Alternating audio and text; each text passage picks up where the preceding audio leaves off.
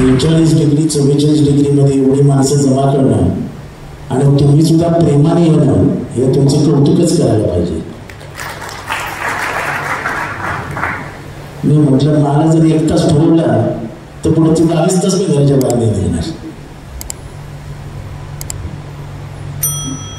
पण शहापूरकरांनी लढाई मनावर घेतलेली दिसते.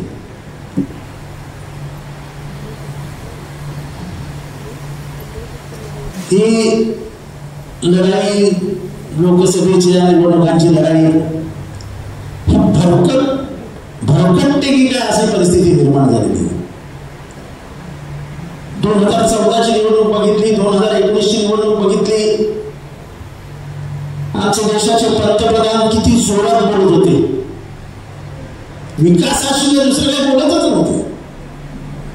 आणि तेव्हा असं वाटायचं 2014ला की ज्याला भौतिक स्वातंत्र्य आपल्याला मोदींनीच मिळवून दिलं, आपण पारतंत्र्यात होतो 70 वर्ष. नेहरूंनी काही कामच केलं नाही असं चित्र तयार झालं. म्हणजे ज्या देशाला नेहरूंनी आंतरराष्ट्रीय जगतामध्ये मानसन्मान मिळवून दिला, मोदी म्हणजे नेहरू जसे गांधी. म्हणजे स्वातंत्र्य सगळा विकास 2014 पासून सुरू झाला आणि 2024ला संपला असं वाटायला लागलं. कारण आता विकासावर बोलतच नाहीत. बोलताना काय बोलतात, कांग्रेसने ऐसा किया, कांग्रेसने वैसा किया. अरे भाई तुमने 14 साल में 10 साल में बोला था, उसका क्या हुआ वो बताओ ना. आम्ही 410 रुपयाला गॅस विकायचो 2014 साली, तुम्ही आज 1200 रुपयाला विकतात. आम्ही पेट्रोल डिझेल 63 रुपयाला विकायचो, तुम्ही आज 110 रुपयाला विकतात. डॉलरचा भाव, तेव्हा याच मोदींचं भाषण होतं की डॉलर के ऊपर जाता रुपया नीचे गिरता है, रुपया नहीं नीचे गिरता है, ये देश नीचे गिरता है. आयला तर या देशाची भयंकर उन्नती झाली. तो डॉलर आता झाला आणि रुपयाची किंमत कधी नव्हती एवढी घसरली. हे स्वतःचे तोंड शब्द कसे त्यांच्या तोंडात जात आहेत. हा काही लोकल विषयांचा प्रश्न नाही आहे. तुमचे खासदार काहीतरी 35,000 कोटी रुपये वगैरे आणले असं म्हणतायत.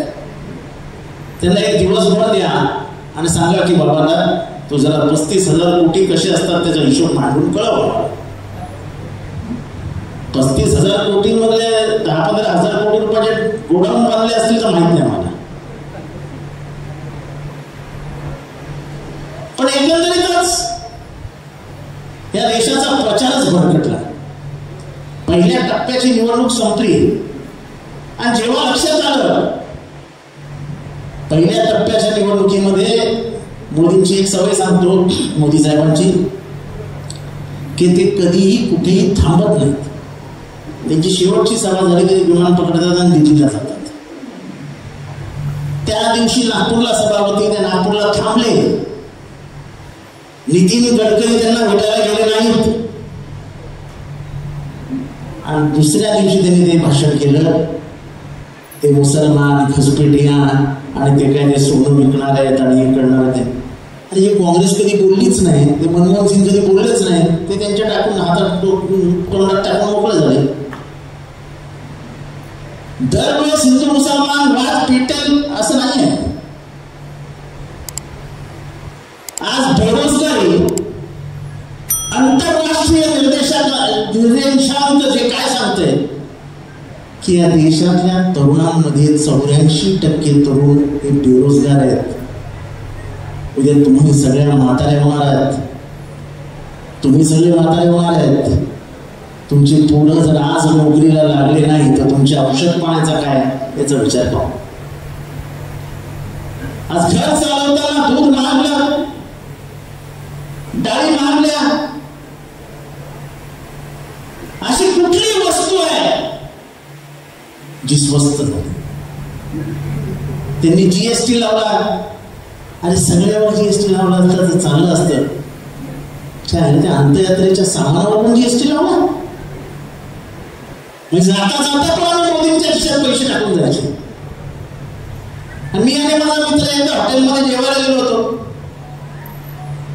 अधिकारी साहेब की लागला, तो लंडनहून आला होता. तो म्हणाला या हिंदीत बोलायचं, माझ्या शाळेतला मित्र होता. जितने बिल इतना पैसा आया. मैं तेरा हमने जान दिया, तीसरा आदमी आता है मोदी का आदमी, वो खाना खा के चला जाता है, दिखता नहीं है. बिलामध्ये 18% आले. कसे काय आले? शेतकऱ्यांना पीक विमा योजना त्याच्यात पैसे देतात. शेतकऱ्यांच्या खिशातनं जीएसटी किती काढतात? त्या जीएसटी के पैसे परत त्यांना भिकाना हमने दिया, किसानों को कितनी बड़ी बीमा योजना लाई. अरे काय की लाई? अरे तुम्ही सांगितलं होतं की नाही मॅक्सिमम सपोर्ट प्राइस देणार, शेतकऱ्याचा भाव दुप्पट करणार. दुप्पट काय, अर्धा झालाय अर्धा. काय दहाचा भाव उचलला तरी जातं काय झालं? उचललं तरी जातं. हे जिल्हा निर्णय खाडी मागच्या पण आलो होतो, काही सुधारणा नाही. हा मुख्यमंत्र्यांचा जिल्हा आहे ना. अरे कमीत कमी आपला तर जिल्हा सुधारवा, महाराष्ट्रात नंतर बघू, पण ते तुम्ही काय करणार नाही.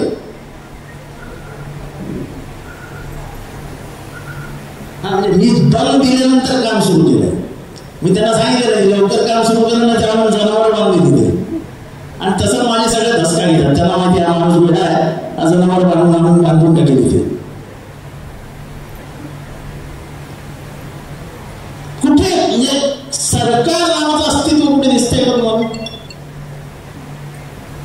ह्याच्यावर तडीपारीची केस दाखल कर, त्याच्यावर तडीपारीची केस दाखल कर, ह्याच्यावरती एक खोटा गुन्हा दाखल कर. माझ्यावरती 6-6, 7-7 खोटे गुन्हे देखील दाखल केले. आणि आम्ही काही घाबरणारी माणसं होते. अरे तुम्ही ऋतुनामाचे पाठी टाकले, पण कुठे आम्ही गांधींचे वारसदार आहोत. गोळ्यांनाही कधी घाबरले नाही.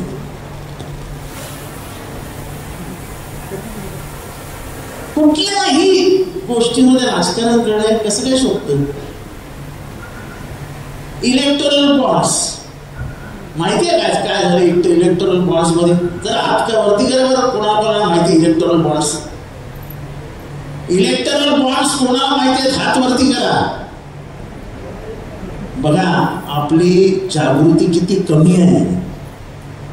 इलेक्टोरल बॉन्ड्स हा या देशातला सर्वात मोठा भ्रष्टाचार आहे. भारताच्या स्वातंत्र्यानंतर इतका उघडपणाने भ्रष्टाचार करण्याचं ताकद आणि हिंमत कुठल्याही सरकारने दाखवली नव्हती. कुठल्याही सरकारने नाही. त्यांनी काय केलं माहितीये? धंदा लो चंदा दो, धंदा लो चंदा दो. तुम्ही इथे राहता ना, इथे जवळपासच राहता ना. समृद्धी माहितीये? समृद्धीचा एक पट्टा आहे 35 किलोमीटरचा. तो ब्रिज पडला माहिती ना आता मागच्या वर्षी जून 1 तारखेला काहीतरी. तोच तीच कंपनी मेगा इंजिनिअरिंग 15,565 कोटी रुपयाचा तो पट्टा आहे. आणि आमच्या इथे एक काम दिलंय त्यांना 14,400 असं 70-70 कोटीचं काहीतरी काम आहे. म्हणजे टोटली त्यांना 30,000 कोटी रुपयाचं काम दिलंय. 30,000 कोटीचं काम दिलं. इथे 1,000 कोटी रुपये जमा. सर्वात मोठी वाईट गोष्ट तुम्हाला सांगू काय करू? एक झायडस कॅडिला नावाची कंपनी आहे. झायडस कॅडिला. इथे कोरोना किती जणांना झाला होता? आईला फार कमीच माणसांना कोरोना झाला होता. शहापूरमध्ये कोरोना नव्हता की काय? नव्हता. तेव्हा शहरामध्ये एक रेमडेसिवीर नावाचं इंजेक्शन दिलं जायचं. ते तरी माहिती का? ते रेमडेसिवीर वापरू नये म्हणून आंतरराष्ट्रीय आरोग्य संघटनेने सांगितलं होतं की ते वापरू नका. गुजरात FDA म्हणजे फूड अँड ड्रग ऍडमिनिस्ट्रेशन यांनी त्याला परवानगी दिली झायडस कॅडिलाला की तुम्ही विका. ते विकलं. केलं. त्याच्यानंतर विविध राज्यात तक्रारी आल्या की त्याच्यात फंगस आहे आणि त्याच्यामुळे मृत्यूचं प्रमाण वाढत आहे, ते बंद करा. आम्ही नाही बंद केलं. आणि आता जेव्हा सगळं उघड होत आहे तेव्हा कळतं की त्या काळात झायडस कॅडिलाने 85 कोटी रुपये इलेक्टोरल बॉन्ड्समध्ये दिले होते. म्हणजे तुमचं मरण होत असताना पण आम्हाला धंदा लो चंदा दो, चंदा घेऊन टाका. किती जणांची आजही तुमच्या नातेवाईक तुम्हाला सांगत असतील अचानक हार्ट अटॅक आला, किती जणांचे हे हाड दुखत आहेत, किती जणांचं ऑपरेशन झालंय, किती जणांच्या नजरा कमजोर झाल्या, किती जणांचं शुगर शूट झालंय. हे कशामुळे? रेमडेसिवीर. म्हणजे मोदी त्या बीजेपीने 85 कोटी रुपये घेतले आणि जगाला भारतातल्या नागरिकांना हे सगळं देऊन गेले. म्हणजे एवढं लुटण्याचं काम या देशाला चालू असताना आपण शांत कशी बसू शकतो? शेतकरी तर देशोधडीला लागलाय. दुधाचा भाव काय? आम्हाला घरात कितीला पडतंय आणि आम्ही टोळतोय कितीला? माझा प्रश्न आहे की महानंदा का बंद केलं? आमच्या महाराष्ट्राचं महानंदा का बंद केलं? कर्नाटकामध्ये नंदिनी बंद केलं. कर्नाटकामध्ये दुधाचं नाव होतं नंदिनी. कर्नाटकातल्या सर्वसामान्य माणसाला दुःख वाटलं की आमच्या दुधाचा धंदा केंद्र सरकारने का बंद केला आणि त्याच्या विरोधात मतदान झालं. राज्याची अस्मिता फार महत्वाची असते. मराठी माणसाच्या हातातल्या कंपन्या गुजरातला गेल्या, आपण शांत आहोत, काय नाही, आपल्याला काय पडले की नाही. मुंबईला कंगाल करण्याचा कार्यक्रम सुरू झाला. पहिलं इंटरनॅशनल फायनान्स सेंटर, जे सर्वात मोठं होतं भारतातलं आणि जगाचा त्याच्याशी संबंध होता, ते पहिल्यांदा गुजरातला नेलं. जवळजवळ 35 असे हेडक्वार्टर्स जे मुंबईत होते ते दिल्लीला तरी नेले, नाही तर अहमदाबादला तरी नेले. महाराष्ट्राच्या तोंडातनं घास करत होते, तोंडातनं. छत्रपतींचं नाव घेणारे आणि राजकीय नेते जे आता सत्तेत आहेत ते दिल्लीच्या तख्तापुढे नतमस्तक होते झाले.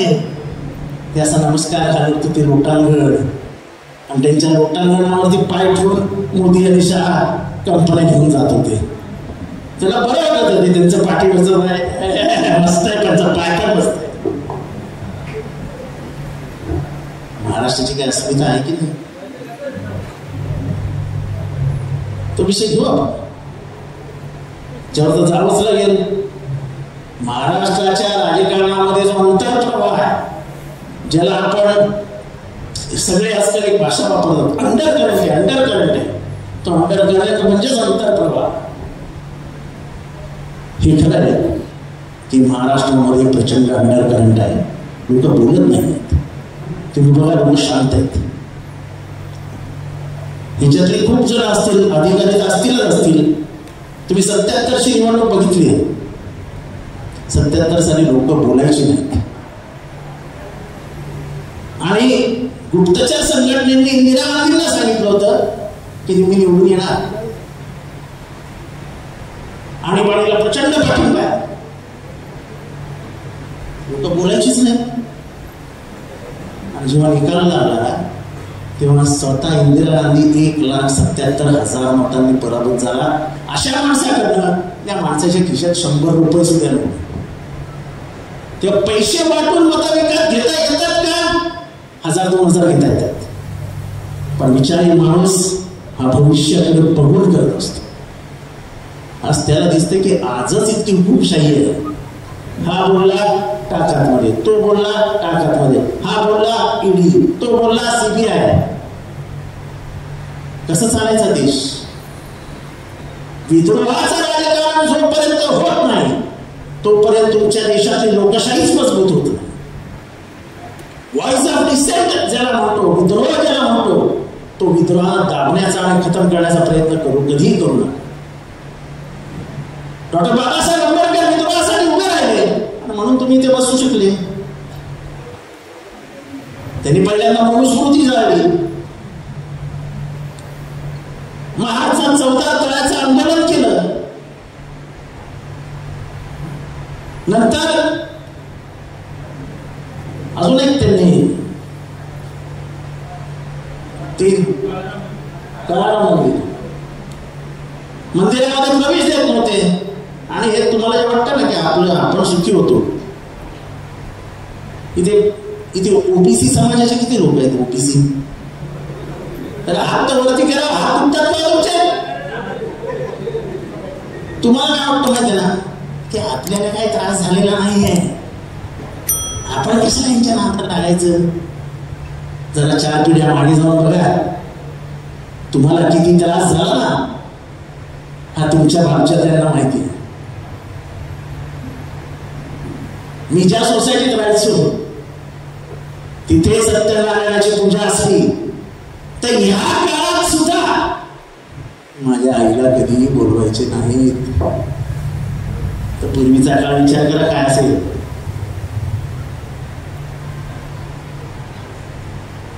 आपण कसं काय विसरतो? डॉक्टर बाबासाहेब आंबेडकरांनी जेव्हा राजीनामा दिला तेव्हा त्यांनी सांगितलं होतं की जेवढा माझ्या जातीला त्रास झाला त्याच्यापेक्षा जास्त त्रास हा इतर मागासवर्गीयांना झाला.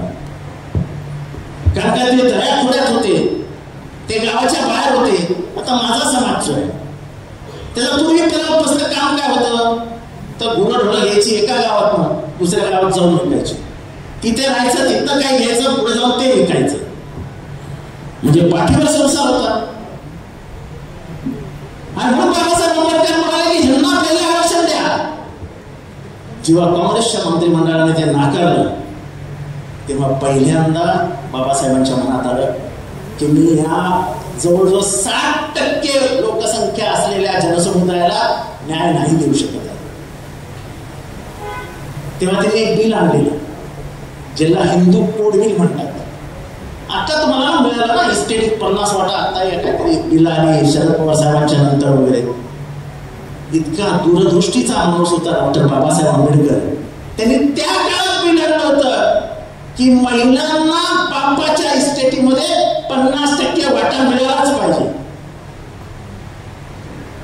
स्त्रियांचं उदात्तीकरण, स्त्रिया पुढे गेल्या पाहिजेत, हा मूळ विचार बाबासाहेबांचा. आपण जे फुले शाहू आंबेडकर म्हणतो तो कसं म्हणत, तुम्ही ज्या बायका दिसतात ना ही फुलेंची मेहरबानी, फुलेंनी त्या काळात तो लढा उभा केला नसता. बायकोला दगड मारल्यानंतर पण बायकोच्या मागे उभे राहिले नसते तर तुमच्यातल्या बहुतेक बायका आजही घरात फक्त चपात्या भाजी एवढंच करत राहिले असते. आपण सगळं विसरलो, बाबासाहेबांचं योगदान विसरलो. आणि आपण विसरलो म्हणून त्यांची हिंमत होते की संविधान बदलूया. तुम्हाला माहिती संविधान बदलण्याचे परिणाम काय होणार आहेत? बाबासाहेबांनी संविधानाच्या माध्यमातून समता आणली की law is equal for everybody. कायदा हा सगळ्यांसाठी समान आहे. पूर्वी कायदा हा सगळ्यांसाठी समान नव्हता. ते ज्याला कायदा मानतात ते पुस्तक मनुस्मृती त्याच्यात जाऊन कधीतरी वाचा. त्याच्यात लिहिलेलं आहे की स्त्रिया ह्या दुर्बल आहेत, पायाचं वाहन पायातच ठेवलं पाहिजे. स्त्रियांच्या डोळ्यात वासना असते, त्या कायम पुरुषांकडे वासनेच्या नजरेने बघत असतात. मी सहज प्रश्न केला एका मित्राला, काय म्हणू लागली होती काय? ज्यांनी लिहिलं त्याला आई नव्हती. तुम्ही काय लिहिता, काय वाचता आणि त्याला तुम्ही, आणि हे मी नाही म्हणत आहे, तुमच्या पोरबाळा असतील ना तुम्हाला आहेत ना, 1950 सालचं आणि 1947 सालचं एक ऑर्गनायझर नावाचं मॅगझिन आहे. ऑर्गनायझर ते आजही अवेलेबल आहे. कोणाला सांगा जरा ते काढा आणि त्याच्यात वाचा. त्यांनी सांगितलं तिरंगा 3 रंगाचा आहे. 3 हा भारतासाठी अशुभ आहे, आम्ही याला मानतच नाही. 1994 पर्यंत नागपूरच्या त्यांच्या मुख्य कार्यालयामध्ये RSSच्या कधी तिरंगा लागला नाही. स्वातंत्र्याच्या दिवशी ते काळा झेंडा लावायचे. काँग्रेसच्या कार्यकर्त्यांनी एक दिवशी तो खेचून बाहेर काढला आणि तिरंगा चढवला. तेव्हापासून तिरंगा आहे. म्हणजे ती तो तिरंगा सुद्धा काँग्रेसची मेहरबानी. 1942 चळवळीचं आंदोलन झालं तेव्हा त्यांचं पत्र आहे ब्रिटिश सरकारला लिहिलेलं की या आंदोलनाच्या विरोधात आहोत आम्ही, काका तुमची राज्य व्यवस्थाच आम्हाला याची गरज आहे. आम्हाला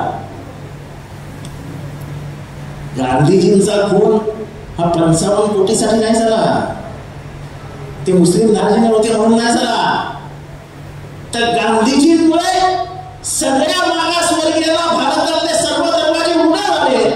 हे न पटल्यामुळे गांधीजींची हत्या झाली.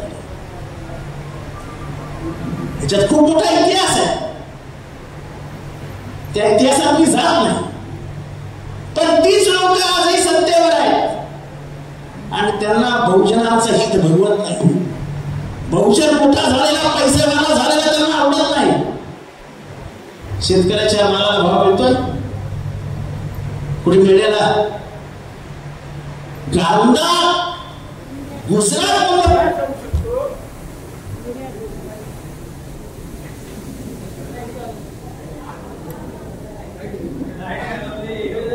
जरा 5 मिनिटं आराम देऊया. बहुजनांचं भलं व्हावं हे या सरकारची इच्छा नाही. म्हणून नोकरी धंदे नाहीत, कंपन्या बंद पडतायत, श्रीमंत अधिक श्रीमंत होऊ लागलेत, गरीब अधिक गरीब होऊ लागलेत. डाळीचा भाव काय मावशी सांगा किती? 140 160. आम्ही जेव्हा सत्ता सोडली 2014 तेव्हा भाव होता 65 रुपये. 2014 पेट्रोलचा भाव काय होता? 60 रुपये. आज काय भाव? आणि ह्याचं पुढचं गणित ऐका, हे जरा डोक्यात ठेवा. आपण जेव्हा 60 रुपयाला पेट्रोल डिझेल विकायचो तेव्हा आंतरराष्ट्रीय बाजार भावामध्ये क्रूड भाव 130 रुपये होता. तेव्हा आपण 60 ला विकायचो. क्रूडचा भाव 30 वर आला, 30 वर. तरी आमचा भाव वाढतच गेला. जर काँग्रेस असती तर आज डिझेल पेट्रोलचा भाव 30 रुपये नाही तर 35 रुपये असता. 500. आम्ही जेव्हा सरकार सोडलं तेव्हा गॅसचा भाव काय होता? 410 रुपये. आज किती आहे? बदल करा. हे सगळं देण्याची आम्ही तुम्हाला गॅरंटी देतो, गॅरंटी.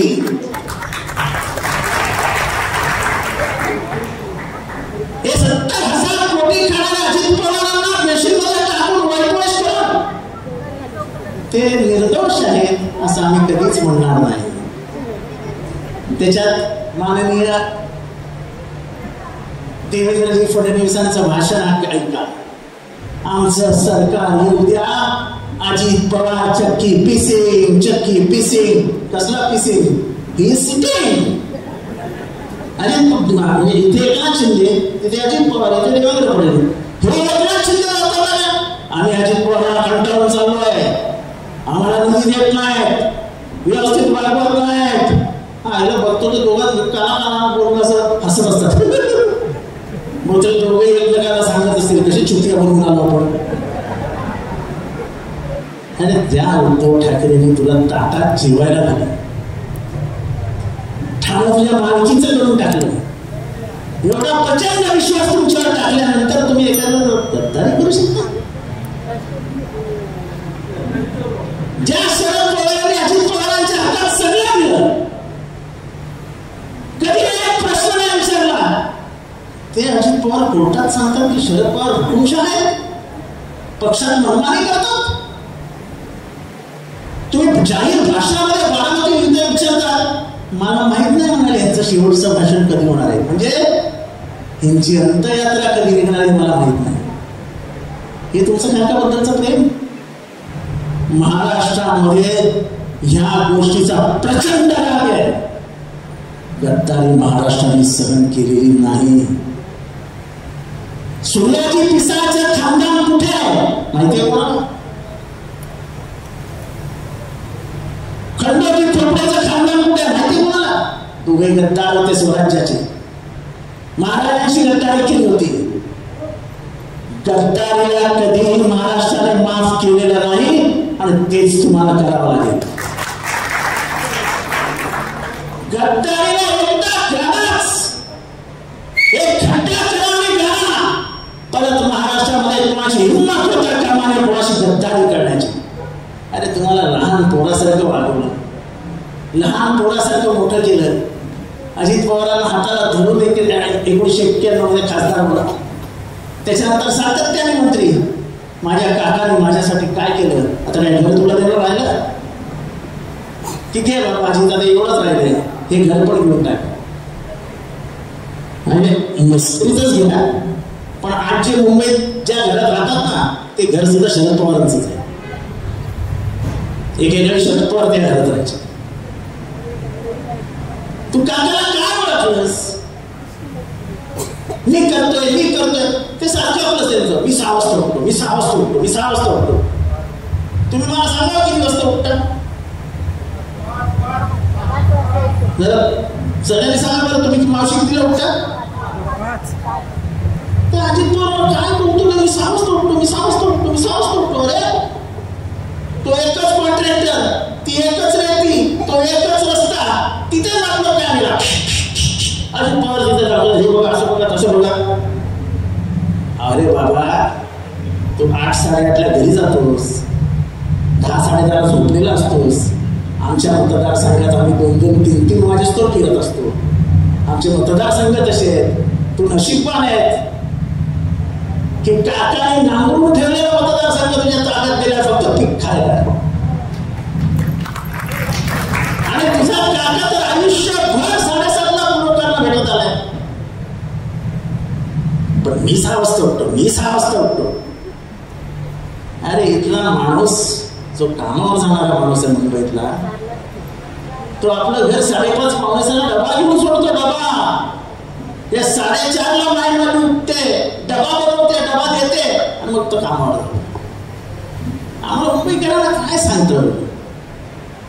माझे आजोबा हमाल होते मुंबई सेंट्रलला.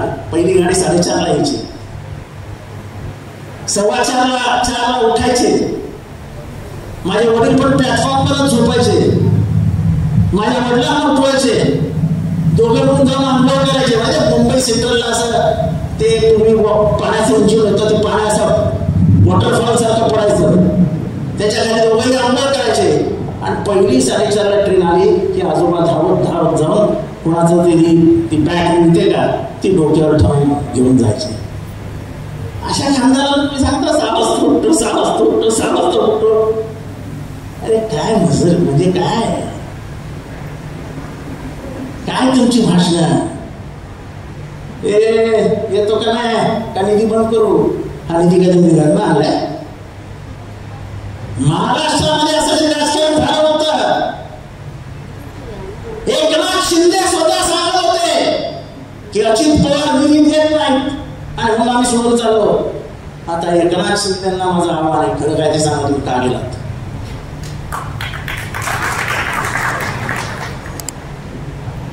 हे असं सत्य बाहेर येतं.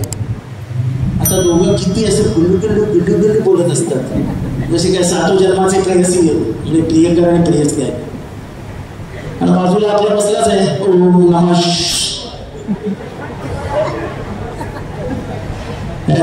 ते म्हणतात ना काय वाटतं मंगलाष्टका.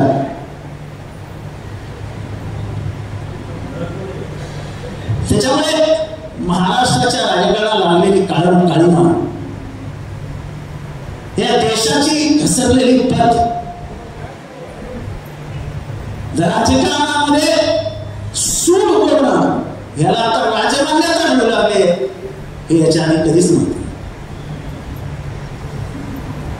आणि ठाणे जिल्ह्याचा एक इतिहास आहे, आणि ह्या जिल्ह्याचा इतिहास आहे. या जिल्ह्याने कायम ठाणे जिल्ह्याचं नेतृत्व केलंय.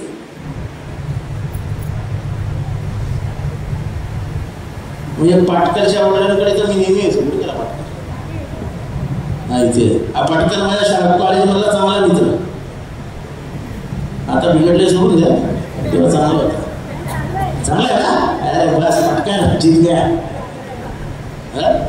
एवढी सर्टिफिकेट मिळालं म्हणूनच कुठं ठरवू यार.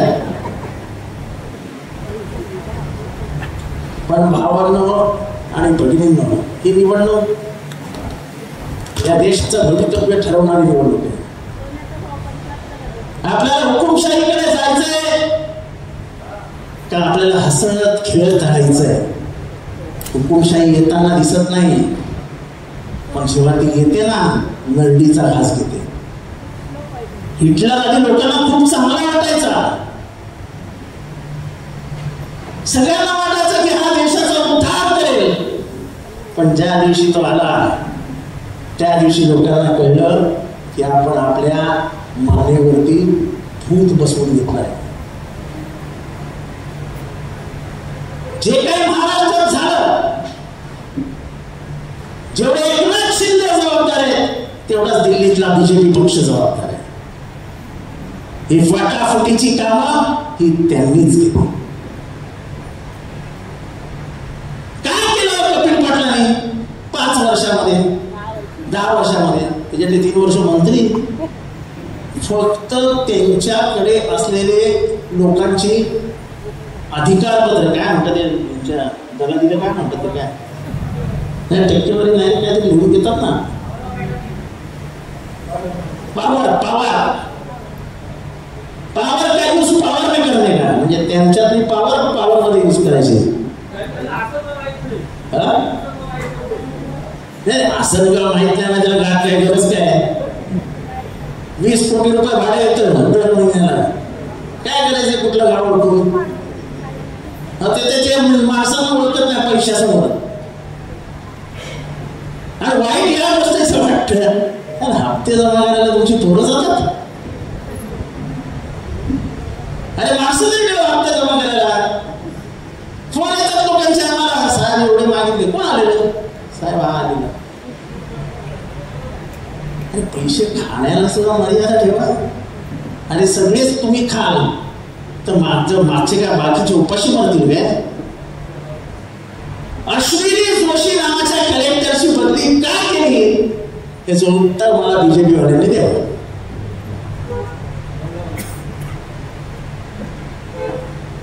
महसूल विभाग अश्विनी जोशींचा पुनरुत्पादनाचा झालेला अहवाल जाहीर का करत नाहीत?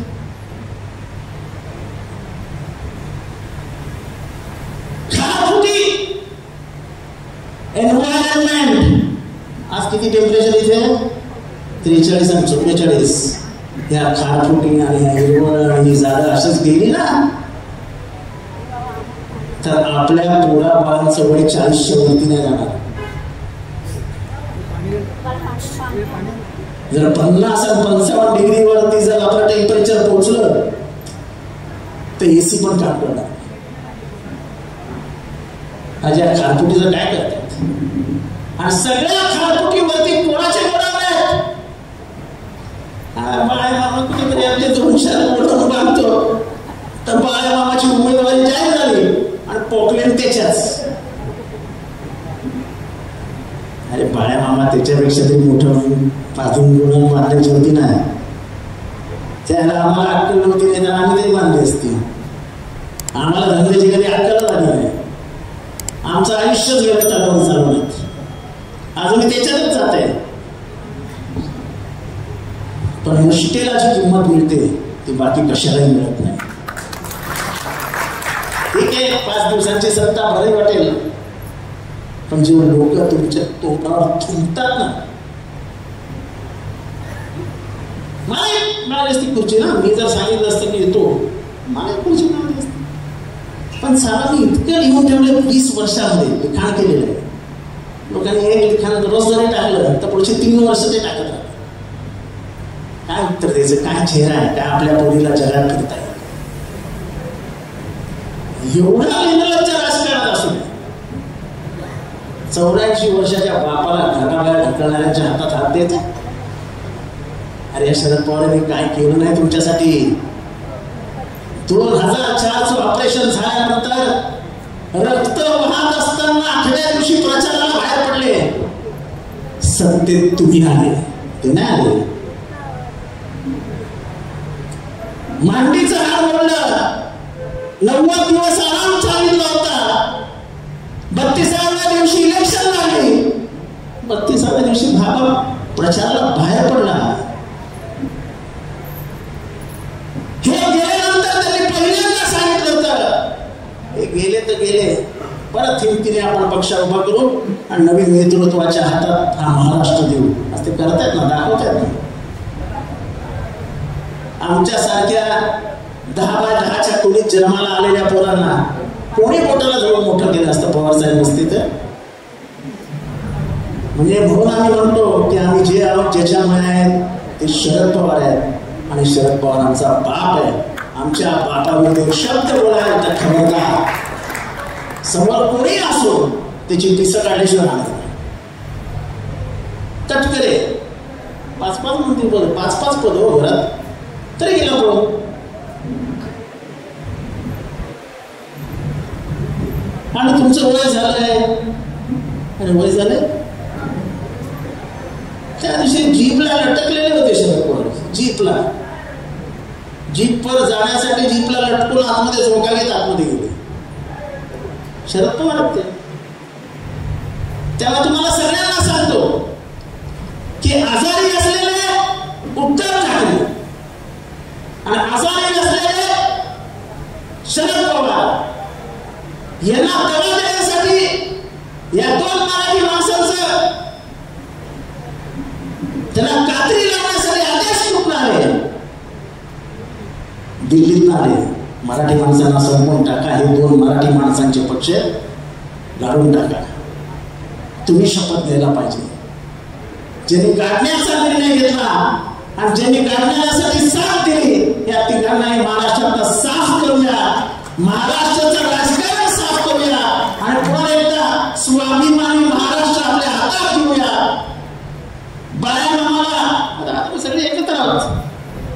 काँग्रेस आहे, आमचे मित्र आहेत, CPI, CPM, शिक्का पक्ष, थोडे सगळे आहेत तिथे. 400 पार, अब की बार समांतर पार. 400 पार एका जमानासाठी काढतायत. इथे ओबीसी तर खूप आहेत. शेड्यूल कास्ट समोर आहे. शेड्यूल कास्ट बाबांना पहिल्यांदा तुमचं आरक्षण काढतील. पहिल्यांदा एसटीचं आरक्षण काढतील. आज भारतामध्ये एवढी मोठी उद्घाटन होतात. द्रौपदी मुर्मूला का नाही म्हणून? त्याला मनुस्मृतीमध्ये लिहिलंय स्त्रियांना किंमत नाही, आणि त्यातनं ती आदिवासी म्हणजे चातुर्वर्ण्यातली सर्वात खालची. मग तिला कसं काय बोलायचं उद्घाटनाला? राम मंदिराच्या उद्घाटनाला ती चालत नाही. अरे रामाला शबरीची गोळा चालली आणि तुम्हाला ती चालत नाही. हा जो जातीयवाद आहे ना, हो ओळखा. आमच्या ओबीसी बांधवांना खूप वाटतं आपण म्हणजे ब्राह्मणांच्या काळीच. एकदा का हे संविधान गेलं ना बाळांनो, तर तुमच्या बापजाद्यांनी जे भोगलं त्याचं सगळं कुठं काढलं जाईल. त्यावेळेस जर बघायचं असेल तर यावेळेस समजूतदारपणाने मतदान करा. बाया मामाला म्हणजेच इंडिया आघाडीला निवडून द्या. येणाऱ्या विधानसभेसाठी हे गरजेचं आहे. त्यामुळे शरद पवार, उद्धवजी ठाकरे आणि राहुल गांधी यांचे हात बळकट करण्यासाठी तुतारी वाजवणारा माणूस. पण बघा तुतारी आणि गाणं गद्दारी. एवढंच बोलतो. रजा घेतो. जय महाराष्ट्र.